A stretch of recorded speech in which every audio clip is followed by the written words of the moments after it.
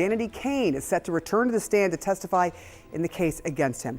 Dawn Richard testified Friday that she saw Combs attack his former girlfriend, Cassie Ventura, in 2009. Get your rest. You are the crack pipe. That's my new name for you, crack pipe. Or should I call you CP?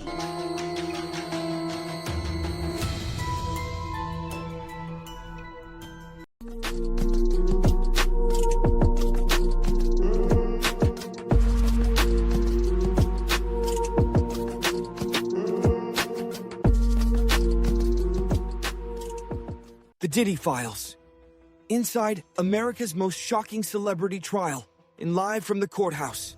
Let's do not lose time and jump to this second episode. Please subscribe and selected notification to not miss an episode. Chapter 3, Jane's Story. There's a moment in every major trial when everything changes, when the case stops being about legal technicalities and becomes about human suffering. In the Diddy trial, that moment came when a woman took the stand and said 2 words that would echo through that courtroom. He's evil. The woman's name is Jane. At least that's what we're calling her to protect her identity. But her story? Her story is why we're all here. Because what Jane says happened to her over the course of 3.5 years isn't just about one woman's experience. It's about how power can corrupt, how control can destroy, and how victims can find the courage to speak their truth. Now, before we dive into Jane's testimony, I need to prepare you for what you're about to hear. This isn't easy content. It involves physical violence, sexual coercion, and psychological manipulation. But it's important that we discuss it, because this is what the entire case hinges on. Jane's relationship with Diddy began in 2021. According to her testimony, he was upfront about dating multiple women. He described himself as polyamorous, and initially, Jane says she was okay with that. She was just getting to know him after all. But what started as what seemed like a consensual relationship would allegedly evolve into something much darker. The breaking point, according to Jane's testimony, came in June 2024. Picture this. Jane is at her home, and she confronts Diddy about another woman. She's angry, she's hurt, and she makes an assumption that he's cheating. The age gap between Diddy and this other woman bothers her so much that she calls him a pedophile. Now, I want you to imagine how you'd react if someone said that to you. You might get angry, you might argue, you might even storm out. But what Jane says happened next goes far beyond a normal argument. According to her testimony, the fight escalated when she pushed Diddy's head into a marble countertop and threw candles at him. But then, she says, he followed her through her house, into the master bedroom, the bathroom, the closet, before she tried to run for the front door. And here's where the story becomes truly disturbing.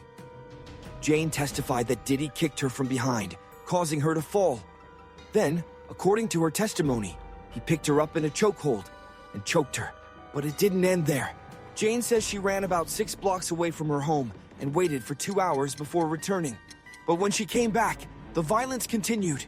She testified that Diddy punched her twice, and when she ran into the backyard and laid down in the grass, covering her face and body with her hands, he allegedly punched and kicked her several times before dragging her back into the house. Can you imagine that level of violence?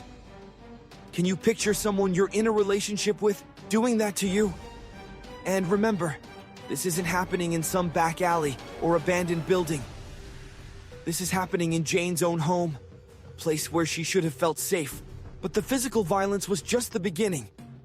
According to Jane's testimony, after the beating, she got into the shower to clean off.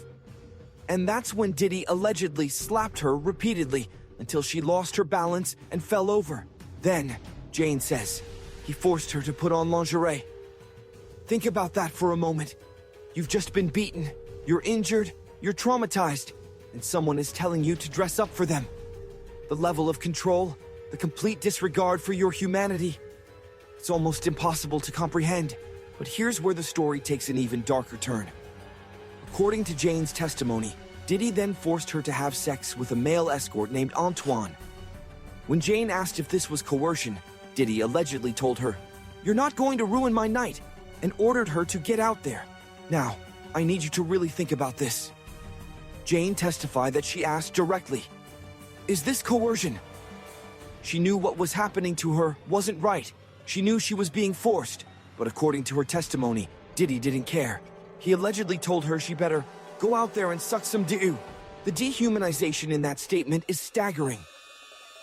This isn't how you talk to someone you love, or even someone you respect as a human being. This is how you talk to someone you see as property. And the evidence of this dehumanization goes beyond just that night. Remember that audio message we played at the beginning of this documentary? The one where Diddy calls Jane crack pipe? The crack pipe. That's my new name for you, crack pipe. What should I call you? That message was sent after one of these alleged forced encounters. Let me play a longer portion of that audio for you, because I think it's important that you hear the full context. Hey, baby, we had a great time. Stay in the light. It's all good. Get your rest. You are the crack pipe. That's my new name for you, crack pipe. Or should I call you CP? But yeah, I want you to stay in the light. You know what I'm saying? We had a very, very good time together. Like so much fun. So much fun. Crack pipe. He's comparing a human being to a drug paraphernalia. And notice how he talks about having so much fun, while, according to Jane's testimony, she was being forced to do things against her will. But perhaps the most heartbreaking moment in Jane's testimony came during cross-examination. Diddy's defense attorney was questioning her about expensive bags that Diddy had bought for other women, suggesting that Jane had received gifts too, and Jane's response was devastating. No, I only got trauma. After 3.5 years, I really don't think I garnered anything. When the attorney pressed further, asking, how much do Bottega bags cost? Jane replied, how much does my body cost? Think about that exchange for a moment. The defense attorney is trying to suggest that expensive gifts somehow justify abuse, and Jane's response cuts right to the heart of the matter. You can't put a price on human dignity. You can't buy the right to abuse someone.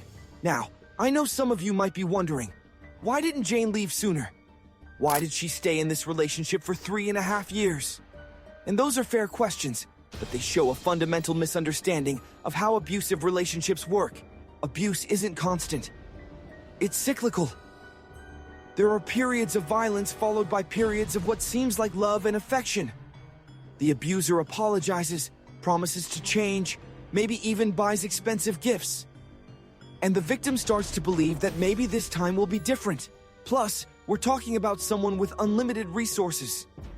Someone who, according to testimony, was still paying Jane's rent and legal fees, even as she was testifying against him. That's not generosity. That's control.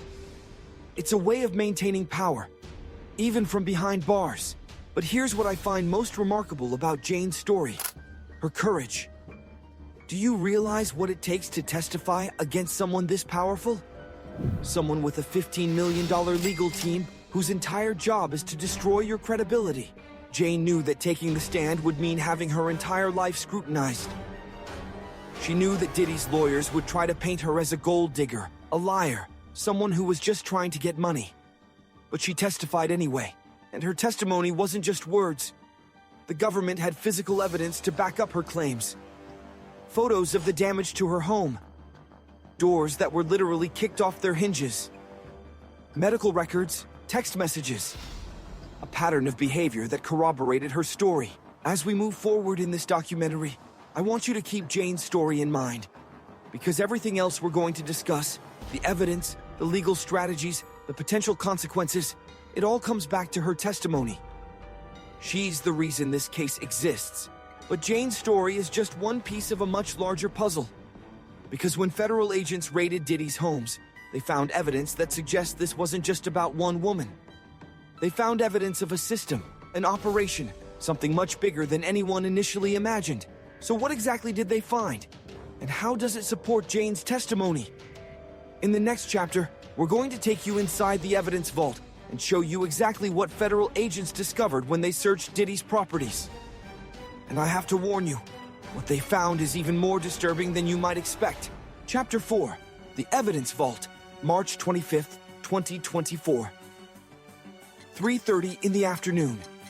Not a typical time for a federal raid, but then again, nothing about this case has been typical. 80 to 90 federal agents descended on Sean Combs' Star Island mansion in Miami Beach, and what they found would become the backbone of the government's case against him. HSI Special Agent Gerard Gannon was there that day. He planned the raid, he executed it, and he was positioned right next to the evidence van, watching as agents brought out item after item that would later be presented in court. And when Agent Gannon took the stand to testify about what they found, even seasoned court reporters seemed shocked by the scope of the evidence.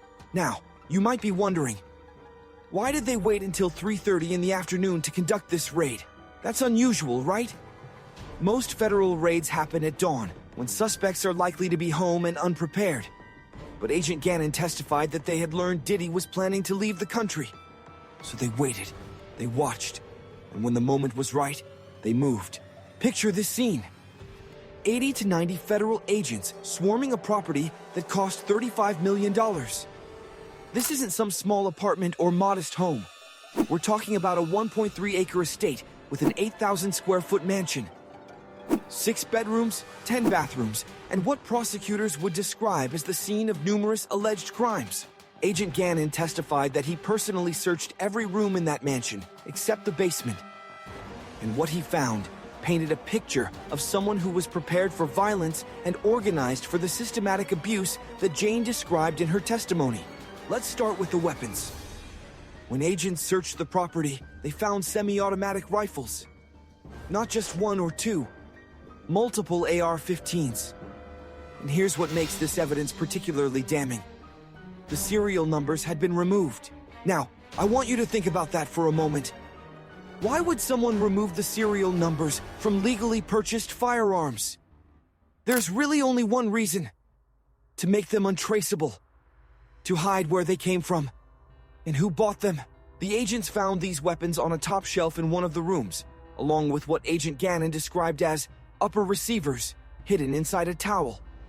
This wasn't someone who just happened to own guns for protection. This was someone who had taken deliberate steps to make sure those guns couldn't be traced back to him. But the weapons were just the beginning. In that same room, agents found what can only be described as the tools of the operation that Jane described in her testimony. Platform high heels, sex toys, baby oil, lingerie, and condoms. Lots of condoms. Now, some of you might be thinking, so what? Adults are allowed to have these things. And you're absolutely right. But remember the context. This isn't just about what was found. It's about how it corroborates the testimony of witnesses like Jane and Jonathan Perez. Perez testified that part of his job was setting up hotel rooms with specific items: oil, lubricant, honey, and red lighting. And here, in Diddy's home, agents found industrial quantities of these exact items. We're not talking about a bottle or two of baby oil. We're talking about enough supplies to run what prosecutors describe as an ongoing operation. The agents also found what they described as powdered substances, alleged drugs that would later be tested and analyzed. Remember, multiple witnesses have testified that drugs were a regular part of these hotel nights, used to make participants more compliant and less likely to resist. But here's what I find most telling about this evidence: the organization of it all. This wasn't random stuff scattered around a house. According to Agent Gannon's testimony, these items were stored together, organized, ready to be used. It suggests planning, preparation, and a system that had been in place for a long time. And that brings us to perhaps the most significant piece of evidence found during the raid: the sheer scale of it all. Agent Gannon testified that the search took hours because of the size of the property and the security measures in place. This wasn't just a home. It was a fortress designed to keep people out, and according to the allegations, to keep victims in. Now, I have to ask you something. If you were innocent of these charges, would you have removed the serial numbers from your guns? Would you have industrial quantities of lubricant and sex toys organized and ready to use? Would you have built a fortress-like compound with extensive security measures? Or does this evidence paint the picture of someone who knew exactly what he was doing and took deliberate steps to avoid getting caught? But here's where this story takes an even more interesting turn. Because this $35 million mansion isn't just evidence in a criminal case. It could also be the price Diddy pays if he's convicted. Under federal forfeiture laws, if Diddy is found guilty of the RICO charges, the government can seize any property that was used in the commission of those crimes or purchased with the proceeds of those crimes. And according to legal experts, this Star Island mansion fits that description perfectly. Memphis criminal defense lawyer Phil Harvey explained it this way. There are 2 layers to prove. First, he has to get convicted of count 1 of the indictment, the RICO charge. Second, the jury will have to determine if the prosecutors prove that the Star Island home was involved in, used, or intended to be used in the commission of the RICO crimes. Think about that for a moment. Diddy paid $35 million for this property. $35 million that could just disappear if he's convicted. That's more money than most people will see in their entire lifetime, and it could be gone with a jury verdict. But some legal experts think he might be able to keep it. Criminal defense attorney Brian Packett argues that since Diddy made his money through a legitimate music career, the government would have a hard time proving the property was purchased with criminal proceeds. Still, the fact that this is even a possibility shows you the scope of what Diddy is facing. We're not just talking about prison time. We're talking about the complete destruction of his financial empire. As we've seen, the evidence against Diddy is extensive and disturbing.